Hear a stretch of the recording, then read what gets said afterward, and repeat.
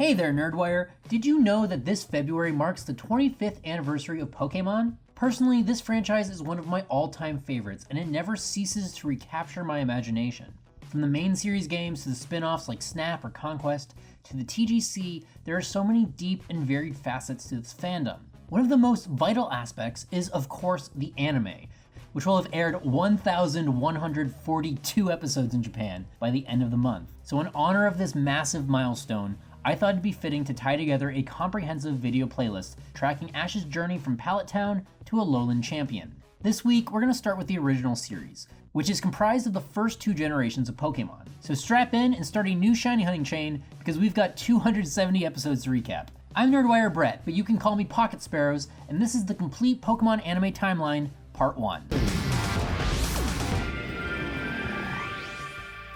Before we hit Oak's lab, I want to give a special shout out to our supporters on Patreon, especially our Super Nerd sponsor of the day, Lauren Linton.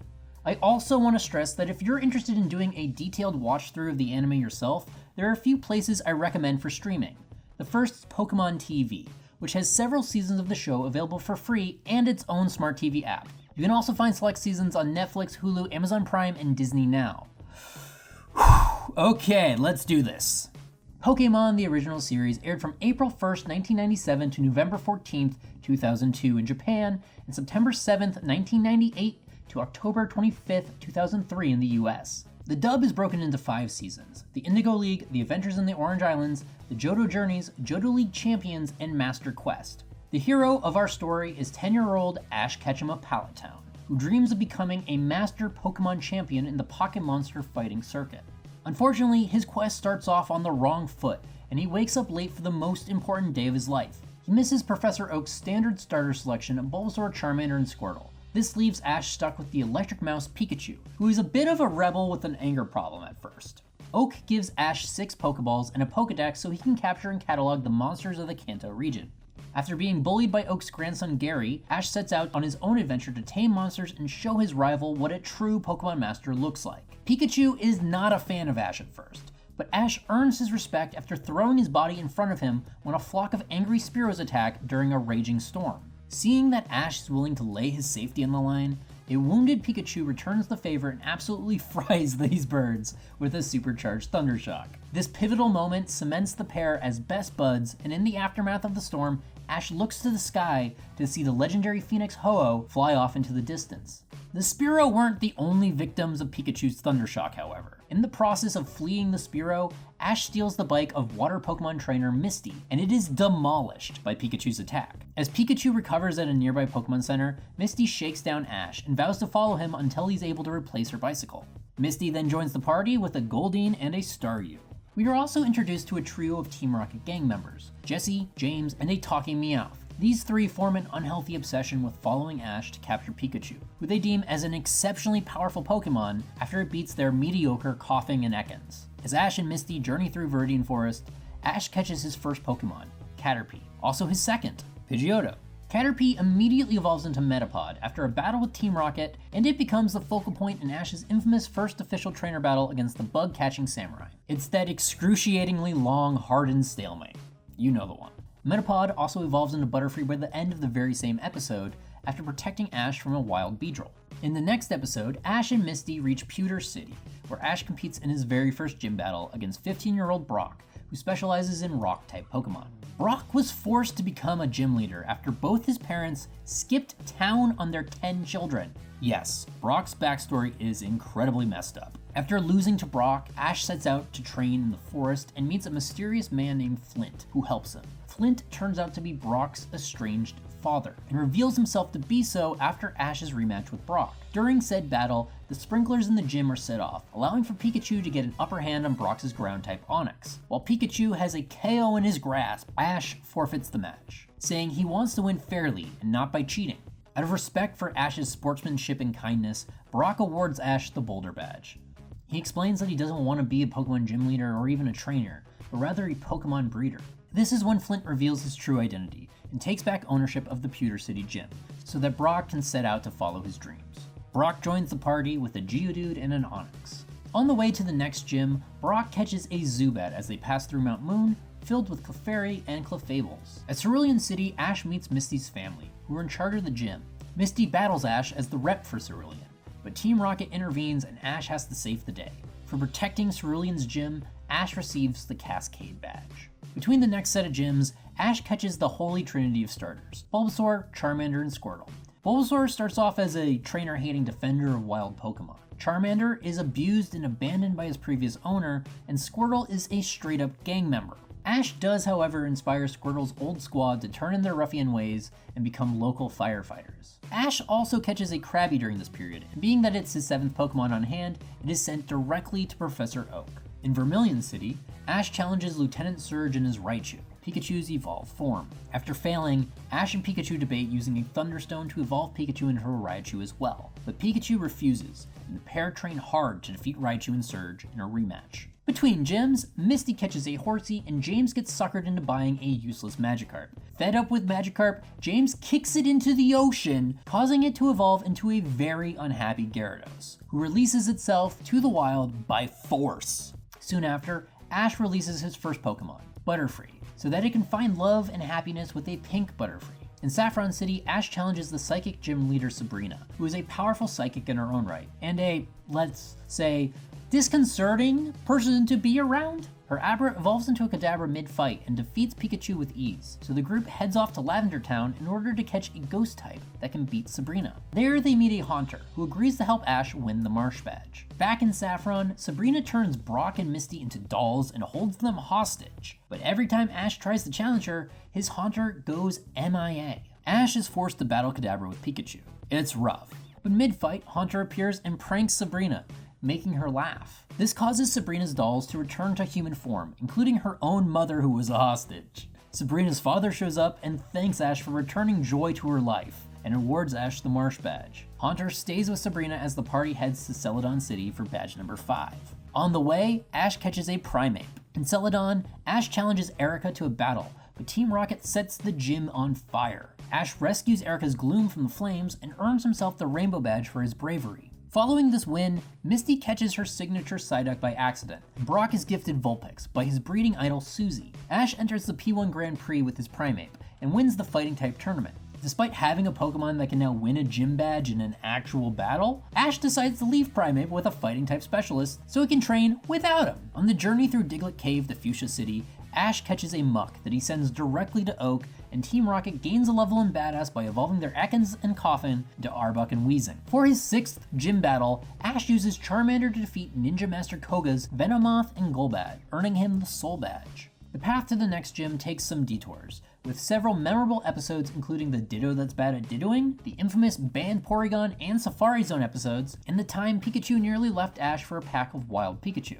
Jigglypuff is introduced as a recurring character, Charmander evolves into Charmeleon and gets a bad attitude, then fights an Aerodactyl not 2 episodes later and evolves into a disobedient Charizard. This same episode also introduces a Pokemon egg that hatches into Misty's Togepi after 2 more episodes. Then Bulbasaur nearly evolves into an Ivysaur, but refuses, and Team Rocket adds Lickitung and Victreebel to their lineup. Pokemon Snap's protagonist Todd Snap also joins the party briefly during this stretch, and we meet Jesse and James's Rocket rivals, Butch and Cassidy, who are far more nefarious and competent than the Team Rocket we know. After finally making it to Cinnabar Island, Ash wins the Volcano Badge with his Charizard in a rematch against Blaine's Magmar. Charizard still doesn't respect Ash yet, however. It just wasn't going to lose to an ugly Magmar. Once the party reaches Viridian City to obtain the final badge, they come across Gary, who somehow has 10 badges now? I don't know how that works. Gary, however, loses to a mysterious Pokemon in his challenge against Viridian City's gym. This Pokemon is the legendary Mewtwo, who has agreed to help Team Rocket's boss and Viridian City gym leader Giovanni in world domination. This is all a tease for the first Pokemon movie, and Giovanni leaves the gym in the care of Jesse and James, who, unsurprisingly, lose to Ash for roughly the 60th time this season. While waiting for the Indigo Plateau Conference to begin, Ash returns home to Pallet Town and meets his mother's new man around the house, Mr. Mime. Ugh, oh no. Also, the gang goes off on a wild adventure in the first Pokemon movie, but Mewtwo promptly erases their memories of the time they fought an army of mutant clones to save the world. At the Indigo Stadium on the Indigo Plateau, Moltres shows up to light the torch that ushers in the start of the Pokemon League tournament.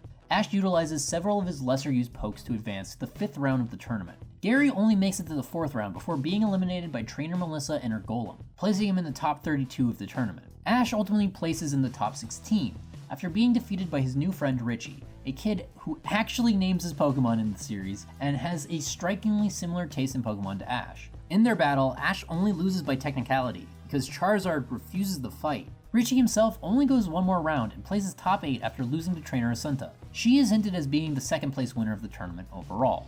After the Indigo Plateau Conference, Ash returns to Pallet Town, where he is given a new quest by Professor Oak. Go to the Orange Archipelago Islands and retrieve a mysterious Pokeball from Professor Ivy. And thus, Season 2 of Pokemon begins. In the first episode of this new adventure, Ash's Pigeotto evolves into a Pidgeot in order to battle a nasty Fearow, who is in fact the very same Spearow from the pilot. Ash then releases his Pidgeot, so it can protect wild Pidgey from the Fearow's flock. The party's first stop in the Orange Archipelago is Valencia Island, where Professor Ivy gives them the mysterious GS Ball. The initials GS most likely stand for Gold Silver, as this Pokeball was supposed to be a teaser MacGuffin for the 2nd generation of Pokemon. Brock leaves the group on Valencia Island to become Ivy's assistant. Downy member Ash and Misty get trapped on a Team Rocket blimp, and a crash lands on the next island. This is Tangelo Island, where Ash and Misty befriend Tracy Sketchit, who replaces Brock as the 3rd member of the group. Tracy starts off with a Venonat and Meryl on hand. Tracy is a big fan of Professor Oak and dreams of becoming a professor himself one day. He informs Ash of the Orange League Challenge, so Ash, of course wanting to be the very best, calls the professor to tell him that his GS Ball has to wait. Ashy Boy is going to make a detour and become the champion of the archipelago before he returns. Ash then catches a Lapras to help him on his journey. The group surfs Lapras to Macan Island, the site of the first Orange League gym. The gym challenges on the Orange Islands are more chill and less violent than the ones on the mainland. So, in order to win his first badge, Ash first has to beat the gym leader Sissy in a water gun showdown with his Squirtle, then in a race with Lapras against her Blastoise. Thanks to the power of Ice Beam, Ash wins the Coral Eye badge.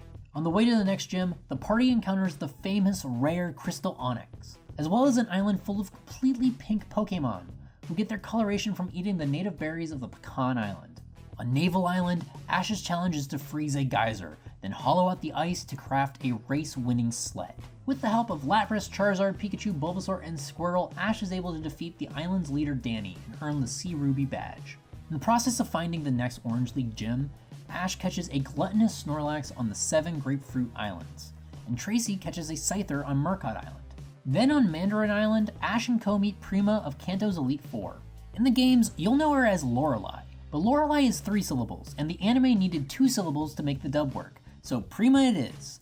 Prima is on Mandarin to host a Pokemon lecture, but Mr. Indigo Conference Top 16 thinks he has what it takes to beat her in a battle. Her Cloyster is able to take Pikachu out, but she sees that Ash has the potential of becoming a master trainer, so she directs him to the next gym on Trovita Island. On the way to the next challenge, there's a crazy episode where the party comes across a mutant Bulbasaur living in a sewer system that the mayor of Trovitopolis has to call a SWAT team on, and Ash has to intervene before they gun it down. I 100% do not remember this episode as a kid, but damn do I miss 90s cartoon insanity. The 3rd Orange Island gym returns to a battle format.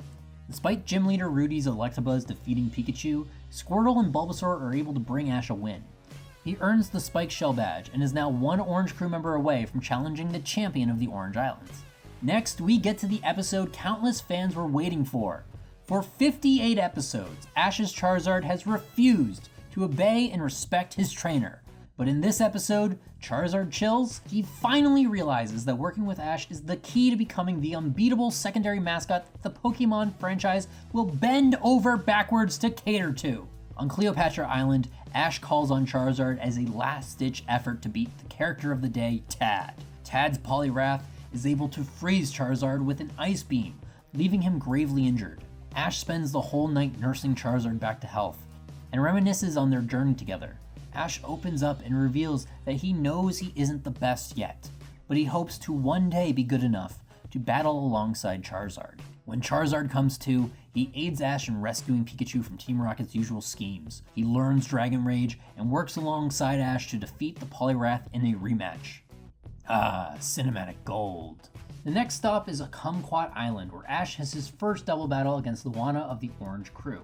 Pikachu and Charizard put aside their rivalry to outmaneuver Luana's Alakazam and Marowak, and earn the Jade Star badge. On the way to the final island, Misty catches herself a Poliwag.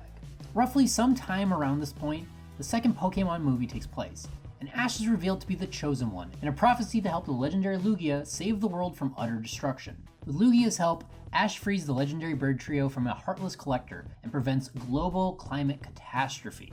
This brings us to Pomelo Island, where the Orange League Supreme Gym Leader Drake resides.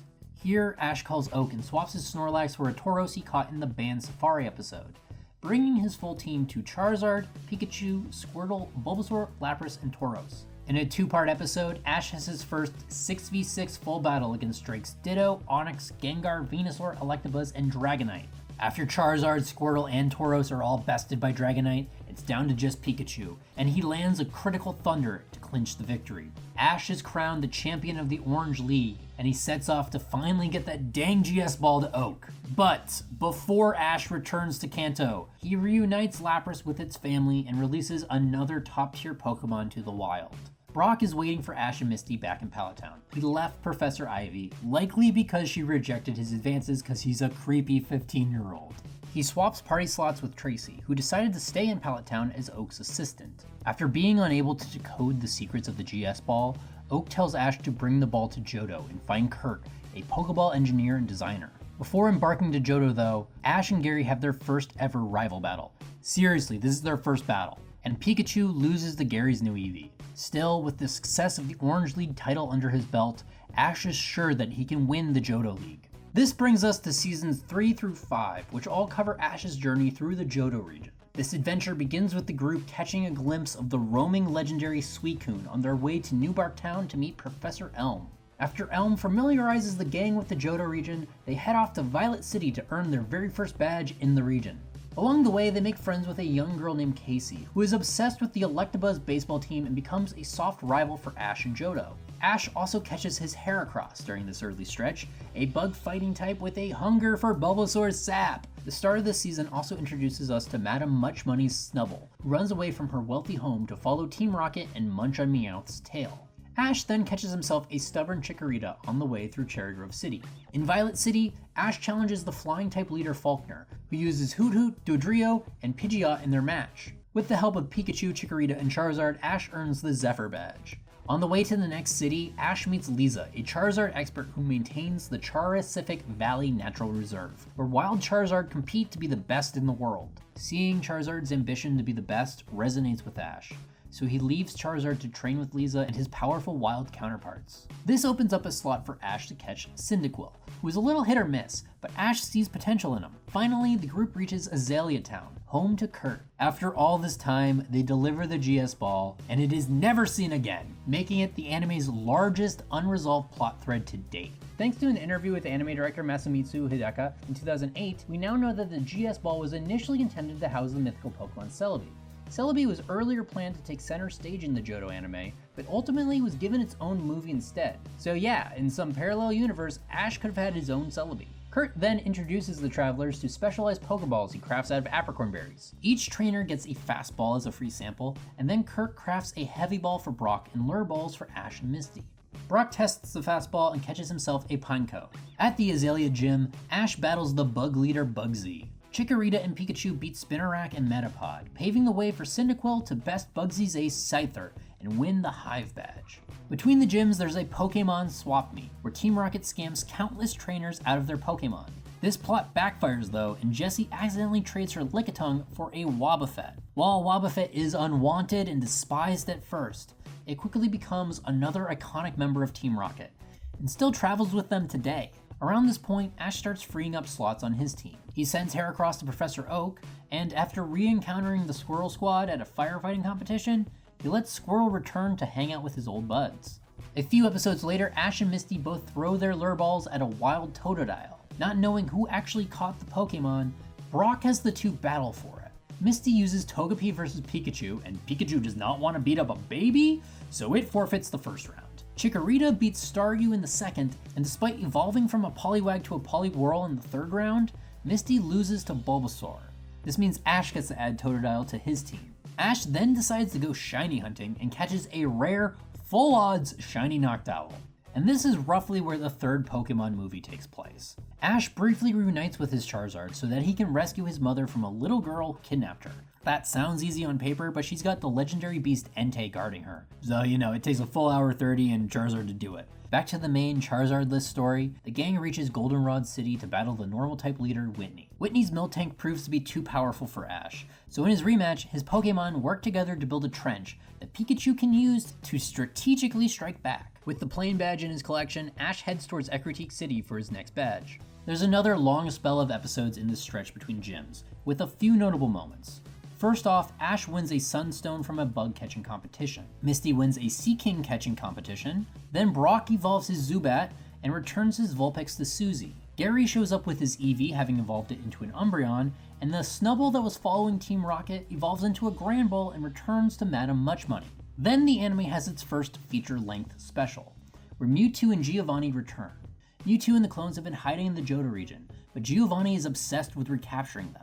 Ash and Co. save Mewtwo, and the legendary Pokemon erases its own existence from the memories of Team Rocket, so that it can find yet another peaceful home for the clones. This brings us to Ecruteak City, the location of the next gym. Here, Ash learns about the Tin and Burning Towers, and the legend of Ho-Oh. No one believes that he has seen the bird though, since the legendary Phoenix fled Johto after a great fire long ago. Thanks to Noctowl's Foresight attack, Ash is able to beat the gym leader Morty by removing his ghost's invisibility.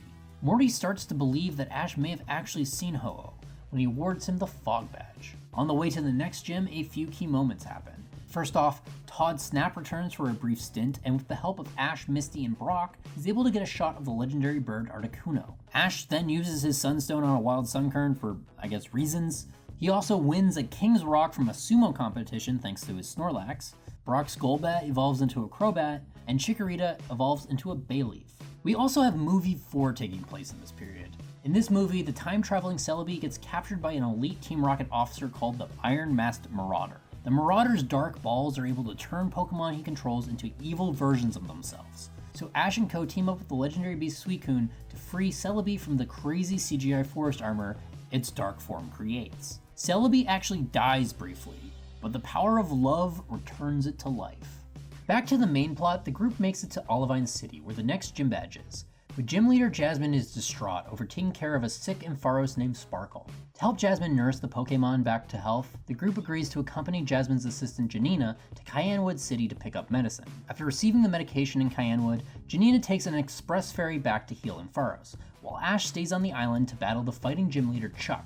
Bayleaf is the star of this battle and beats Chuck's Poliwrath and Machoke to earn Ash the Storm Badge. The group is informed that Sparkle is recovering thanks to the medication, but Jasmine will still need some time before she reopens the gym. To kill time, the party decides to head towards the Whirl Islands. In the Whirl Islands, Misty catches herself a Corsola with her Lure Ball, and she and Ash both enter the Whirl Cup, a water Pokemon tournament. Neither Ash nor Misty win this tournament arc, but Misty does beat Ash's Totodile and Kingler with her Poliwhirl and Psyduck.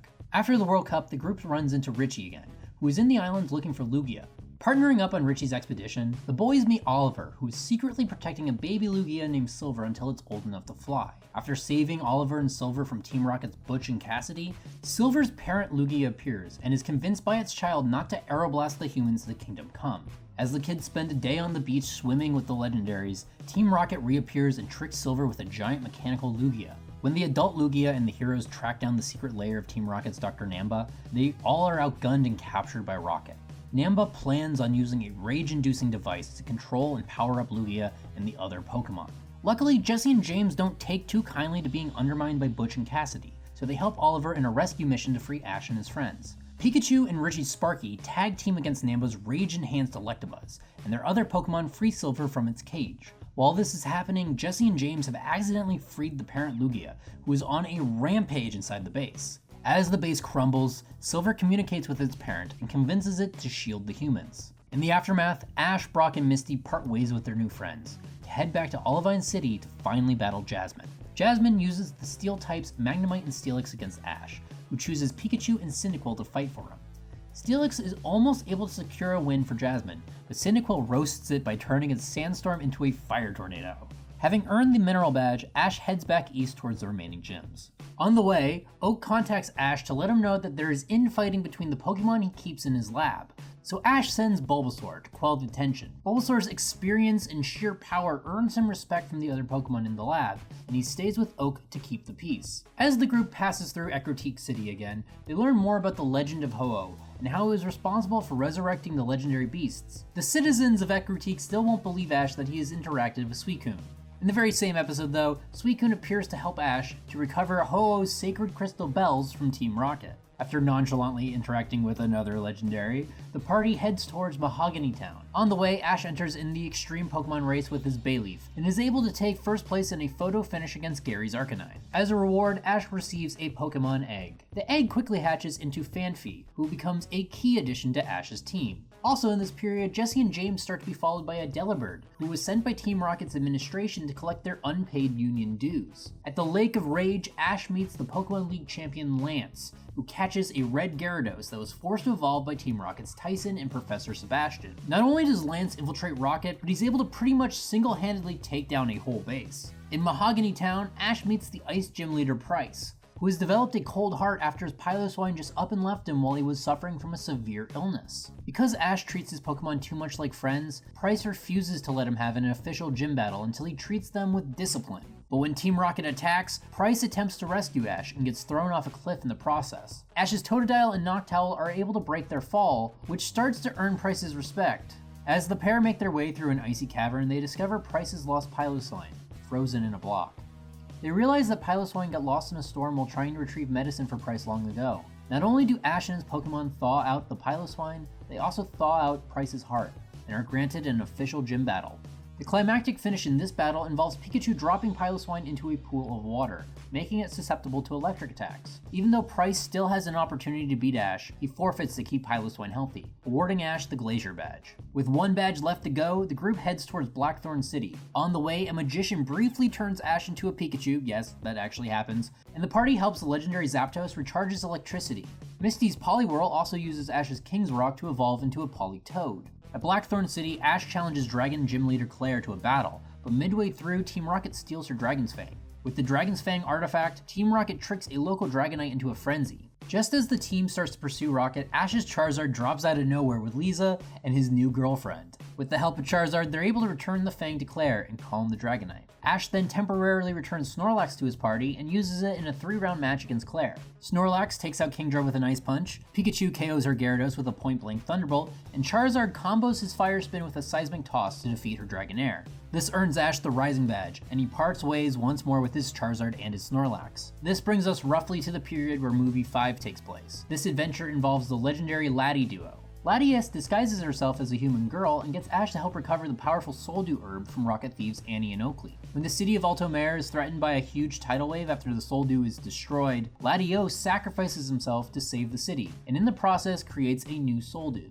This makes Latios the first Pokemon in the series to die and stay dead. His sister, on the other hand, is the first Pokemon to flirt with Ash. So yeah, this movie pushes boundaries. And back to the series. While waiting for the Johto League Silver Conference to begin, Professor Elm asks Ash to deliver an egg to Mount Silver. During this delivery, Ash's Lapras makes a cameo, and we learn that it is now the leader of its herd. The egg then hatches into a shy Larvitar, who becomes very attached to Ash and loves to use the move Harden, despite not being able to actually learn that move in the games. Also during this delivery run, Brock's Pineco evolves into a Fortress, and the team has another brief encounter with Entei. Casey also appears again to complete her character arc by finally catching an Elected. James also parts ways with his signature Victory Bell, who falls in love with another Victory Bell that James also briefly owns. At the end of the trek to Mount Silver, Larvitar has developed some confidence and is reunited with their mother at a Pokemon Ranger Preserve. This brings us to the final stretch of Ash's Johto journey, and we are introduced to his new rival named Harrison. Harrison is from the Hoenn region, and his Blaziken and Kecleon tease the next generation of Pokemon. After passing the screening rounds to the Silver Conference, both Ash and Gary help as torchbearers of the Hoe of Flame that signifies the start of the tournament.